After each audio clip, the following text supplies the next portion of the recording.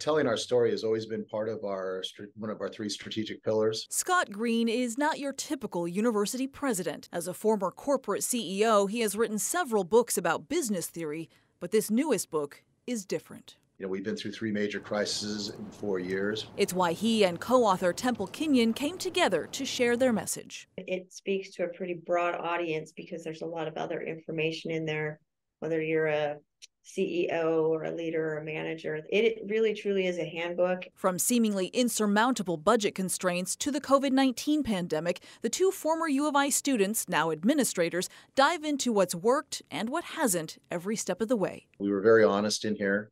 Not everything was successful. We talk about that because we want it to be a real life handbook for those who pick it up and may rely on it one day.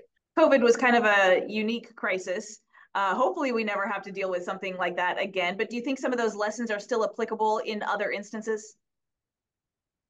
I do. And what we accomplished in that regard was powerful because, not only did we reopen, we opened up our own lab, we opened up our own infirmary, and our local hospital never went into a crisis standard of care like many did across the state.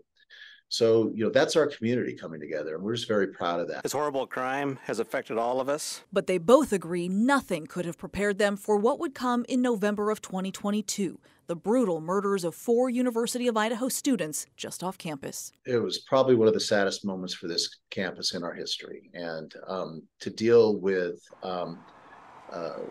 that, was breaking new ground, I think, for all of us. But Green tells me it was critical to include those unprecedented challenges in the new book. It was an effort to make great decisions despite how emotional it was. Is it kind of a reality check, a sad state of reality that universities now do face crises on a regular basis? I mean, just this week, University of Nevada, Las Vegas. I mean, we hear about it all the time.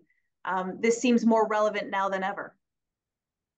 It is sad. It's the time we're in. And, as we reflect on the book and as we talk about it, it's still hard to talk about for many in our community. But, it's important that the story be out there and that people can learn from it. Never be afraid to tell your story and to share it, because you never know when your experiences can help other people through their experiences.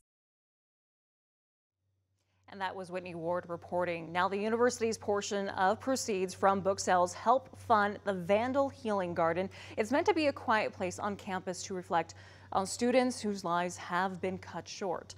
Books are available online and in bookstores nationwide. You can also find them at the U of I campus bookstore.